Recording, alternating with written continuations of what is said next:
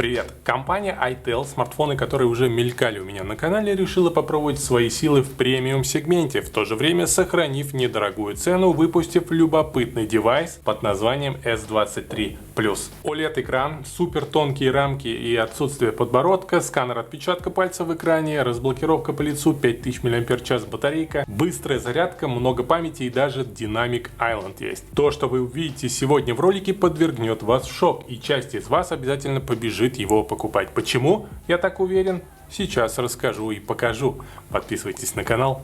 Поехали!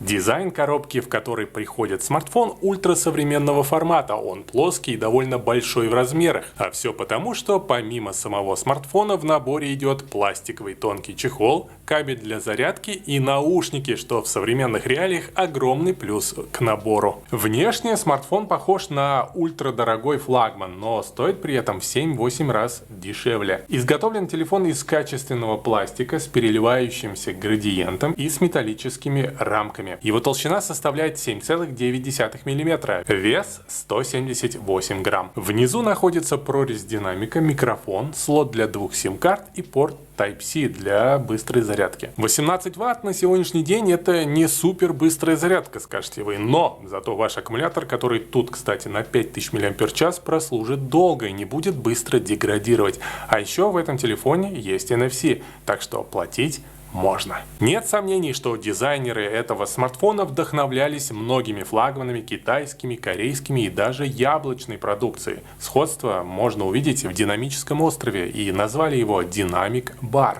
Анимации вокруг фронталки будут сообщать об успешном распознавании лица пользователя, продолжительности голосовых вызовов, низком заряде аккумулятора и процессе зарядки. Удобные красивые фишки. Нравится.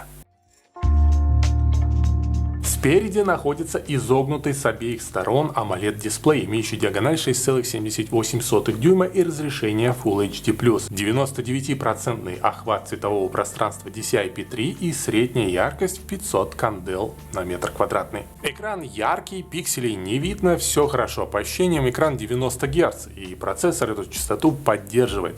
Но об этом нигде не указано, а AIDA показывает, что здесь все-таки 60 Гц.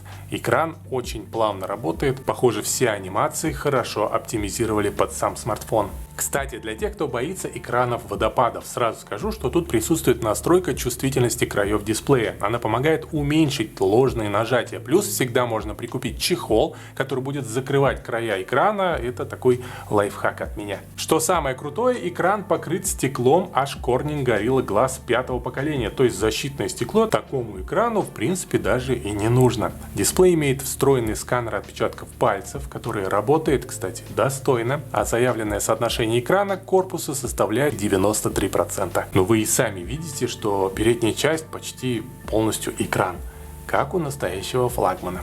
В зависимости от версии itel S23 Plus бывает с 4 или 8 гигабайтами оперативки, LPDDR4X, плюс можно дополнить оперативную память еще виртуальными 8 гигабайтами. Постоянной памяти 128 или 256, UFS 2.0, у меня самая заряженная версия. Сердцем смартфона является процессор Unisoc T616. Это 8-ядерный 12-нанометровый чипсет, который по производительности является близким аналогом Snapdragon 680 или Helio G85. В AnTuTu набирает 270 тысяч баллов. Тесты Geekbench демонстрирую сейчас вам на экране. Смартфон работает под управлением Android 13 с оболочкой itel OS 13. Я запустил пару игр на этом смартфоне, играть можно, идут достойно. Характеристики тут сбалансированные и могут быть привлекательными для тех людей, кому важна производительность в меню в повседневных задачах, но они не проводят дни и ночи, играя на смартфоне в игры. Расскажу про камеры. Спереди у нас 32-мегапиксельная фронталка, а основная камера сзади получила разрешение на 50 мегапикселей и довольно яркую диафрагму f1.6 с функцией 10-кратного цифрового зума. Второй модуль скорее для видео, он используется для измерения глубины сцены. Видео снимает Full HD, при 30 кадрах в секунду присутствует режим суперстабилизации. Примеры фото и видео вы сейчас видели на своем экране. Для кого вообще нужен этот смартфон, сочетающий такой необычный набор характеристик? На мой взгляд, это выбор людей, которые хотят получить флагманский опыт, внешность флагмана и основные фишки дорогих устройств.